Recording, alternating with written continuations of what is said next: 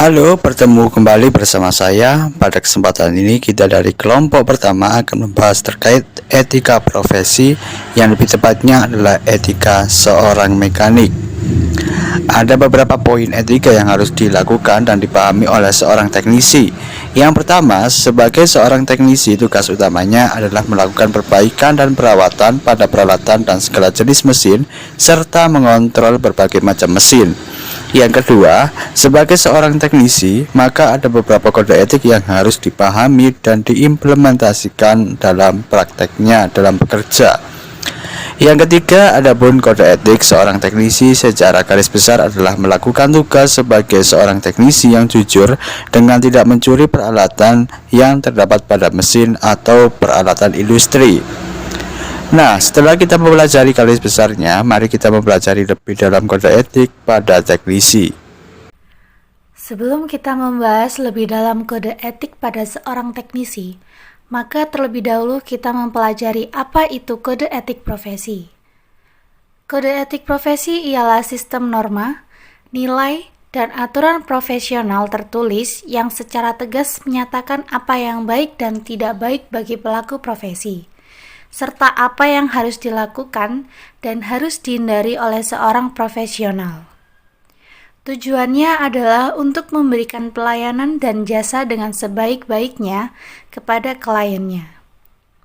Setelah kita mengetahui apa itu kode etik profesi, kita akan lanjut ke pembahasan mengenai kode etik profesi mekanik.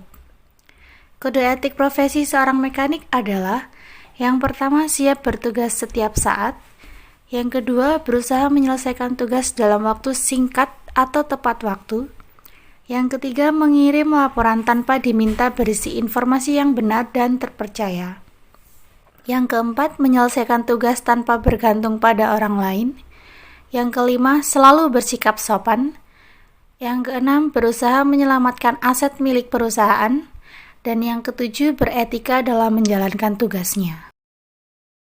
Selain memiliki adab dalam bertugas, seorang profesi mekanik juga harus memiliki keterampilan dalam mendorong karirnya agar berjalan sempurna. Adapun kompetensi yang harus dimiliki oleh seorang mekanik antara lain adalah kompetensi pengetahuan dan pemahaman. Yang pertama, memahami ilmu dasar matematika; kedua, mengerti dan memahami analisis pada mesin; ketiga, mengerti dan memahami asas analisis pada perancangan dan pengoperasian pada mesin. Berikutnya, kompetensi keterampilan intelektual. Yang pertama, mengaplikasikan ilmu dasar yakni matematika dan fisika. Kedua, menguasai proses pemeliharaan, karakteristik material sebagai komponen mesin. Ketiga, mengidentifikasikan dan menganalisis problem pada mesin. Keempat, merancang dan mengoperasikan mesin baik secara terpisah maupun dalam sistem.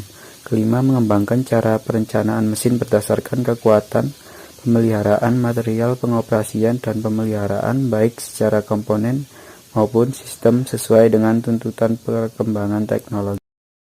Selanjutnya, kompetensi keahlian praktis.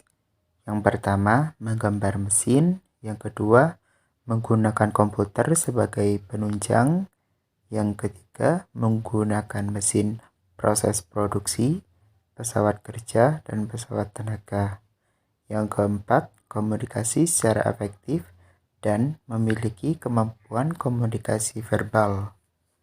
Selanjutnya yaitu kompetensi keterampilan manajerial dan sikap. 1.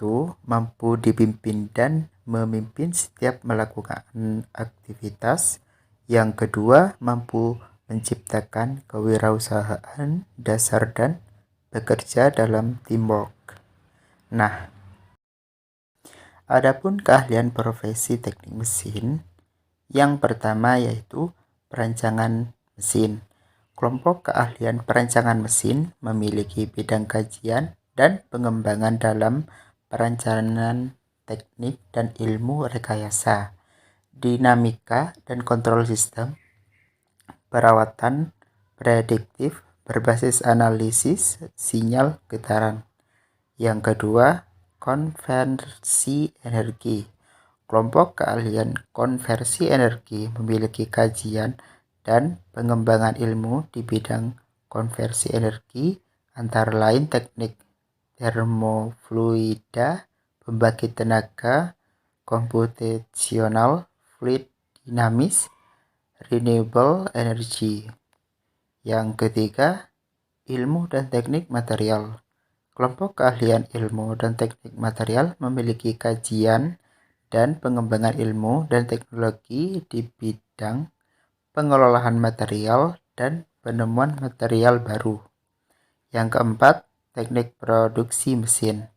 Kelompok keahlian teknik produksi mesin memiliki kegiatan penelitian dan pengembangan dalam bidang teknik produksi maupun manufaktur, kontrol kualitas produk, otomasi dan sistem manufaktur, robotika, dan numerical control. Seorang lulusan teknik mesin dapat menempati posisi pekerjaan di berbagai bidang seperti 1. Bidang perawatan mesin. Produksi dari suatu perusahaan sangat bergantung pada perawatan mesin produksi maupun pada energi yang menggerakkan mesin-mesin produksi. Yang kedua, bidang industri alat berat. Lulusan teknik mesin dapat bekerja di industri alat-alat berat dan menempati posisi di berbagai divisi. Yang ketiga, penguji spesimen produksi.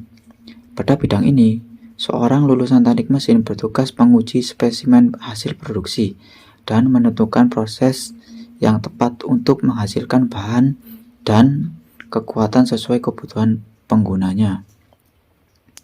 Yang keempat, bidang pemerintahan, akademis, dan lembaga penelitian. Di berbagai departemen pemerintahan, pusat riset dan pengembangan teknologi milik pemerintah seperti BPPT dan IPTN. Yang kelima, bidang lainnya. Lulusan teknik mesin juga bisa bekerja di perusahaan pembangkit listrik seperti PLTA, PLTU, dan PLTG, serta perusahaan minyak dan gas bumi seperti Pertamina juga selalu membutuhkan lulusan teknik mesin.